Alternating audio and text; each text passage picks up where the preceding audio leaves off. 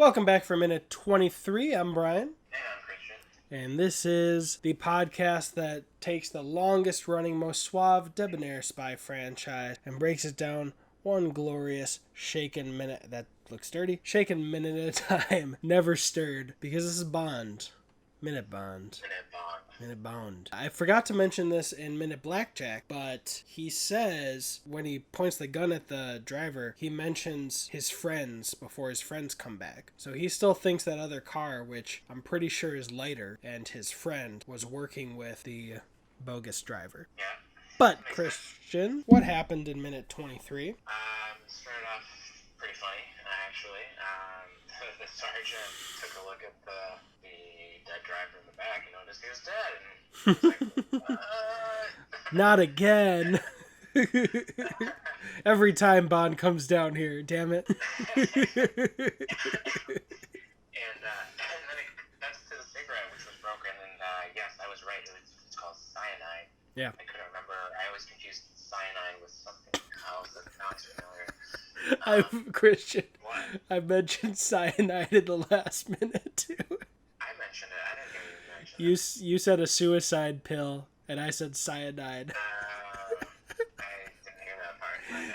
You need to take a basement hit every time before you do this. I'll take two next time. Oh no. No. That's too far. But you were saying cyanide cigarette? So it was confirmed cyanide in the cigarette, and then I think somebody walks in. It looks like a general or something that's walking in, and he says that the car was definitely stolen, but they haven't figured out whose car it was yet, right? Or did I understand that? Yeah, and then they start running down possible suspects because what did Bond say? It felt like people were selling tickets to his arrival because there's... Is that right? Is that what it sounded like? Yeah, no, yeah, because... It sounded like somebody was selling tickets for his arrival because somebody leaked his arrival. I mean, yes, like, think about it. He had that woman who took his photograph, that subtle photograph. Yes. And then Yes. the fake driver for him, and then another driver behind him, which may or may not be related to the driver who killed himself. There's up to 3 different parties, all just hanging out, waiting for him to arrive. It's like That's true. Yeah. foreshadowing for Sean Connery's career after that movie.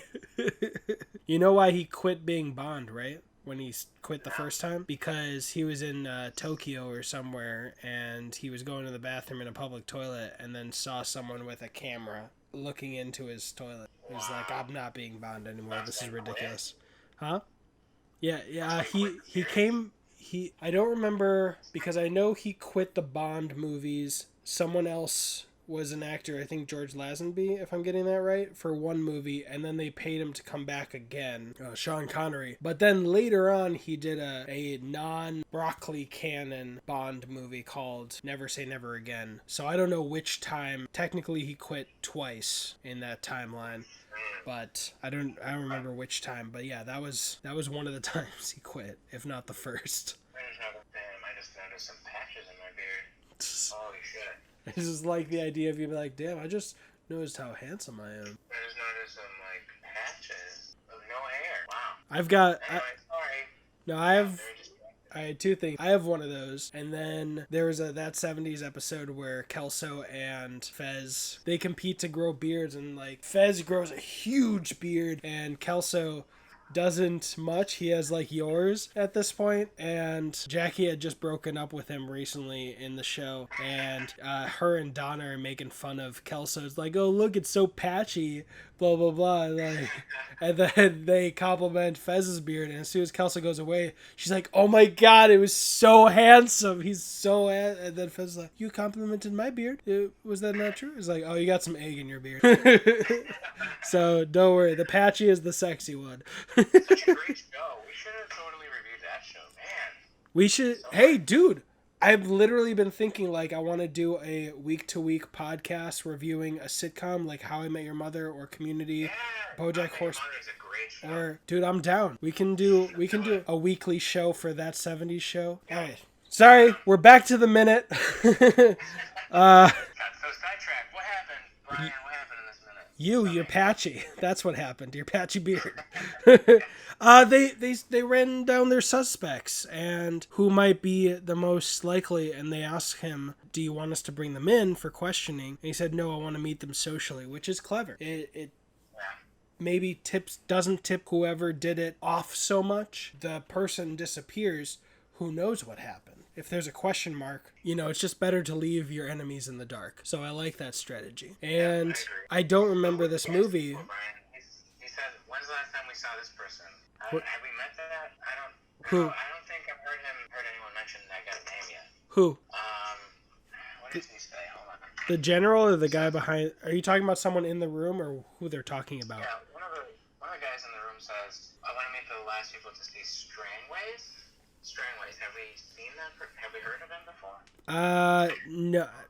I think I remember him being mentioned in the M briefing. I'm gonna skip back to the M briefing for just a second. Oh, I think Strangway is the agent who got killed. Remember? Oh, that would make sense. Early on. So that's, I believe, who Strangway is. Okay, yeah. Who saw him alive. So I guess the guys at the poker table. Yeah. And maybe if they can find those 3 blind mice. Maybe if they can what? Find those 3 blind mice. Oh, yeah. Yeah, the hitmen. Yeah. But yeah, let's take a second to look around this room. We've got a bunch of bookcases. We've got some busts. We have what I think is a more conventional lamp on his desk. It looks like it's modeled after candle wicks, but I wouldn't be surprised if it just has actual light bulbs at the top. Very similar desk to M, or at least in terms of how cluttered it is. And He's also got like 3 phones on his desk. I was going to say, I see the one big phone on the left, and I see a white phone. All right, let me scrub through because I didn't see that. Oh, yeah, two white phones. But which one is to Jamaican Batman? Yeah, I want to see Adam West's Jamaican cousin. I remembered Adam West's name this time. Nice. Does that guy have a riding crop, the general? Or is that just a stick? It looks like a miniature cane. It's a slapping stick. Anybody that steps out of line. I feel like I've seen like old generals, with those before. Yeah. For their chalkboard. Yes. Looks like it could be a knife or something. Like a little kind of fencing rapier, like a half-size one. I wonder if he pulls it out later and he uses it. That's what she said. It's too short for it to be a walking stick. Oh, if you had just said it's too short, I would also say that's what she said. Yeah, I know. Yeah, it's definitely not a walking stick, but we've got some nice green leather chairs. His office is much bigger than M's. Yeah, way bigger. But they're not undercover as well. There's a whole area for them to have dinner and lunch and stuff. Yeah.